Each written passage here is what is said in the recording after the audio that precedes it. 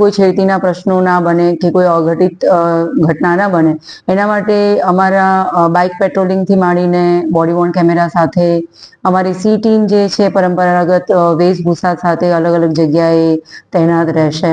ખાસ કરીને ઘોડેસવારની ટીમ પણ આ વખતે અમે યુઝ કરવાના છીએ. ડ્રોન સર્વેલન્સ પણ અમે આ વખતે યુઝ કરવાના છીએ.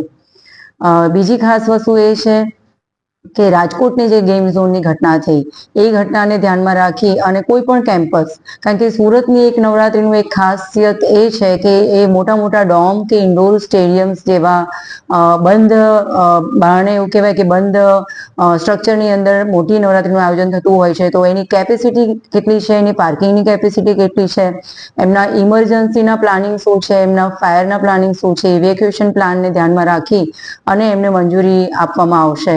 એમનું સ્ટ્રક્ચર જે છે એના સ્ટેબિલિટી સર્ટિફિકેટને વ્યવસ્થિત ચકાસણી કરવામાં આવશે. ત્યારબાદ જ એમને લાયસન્સ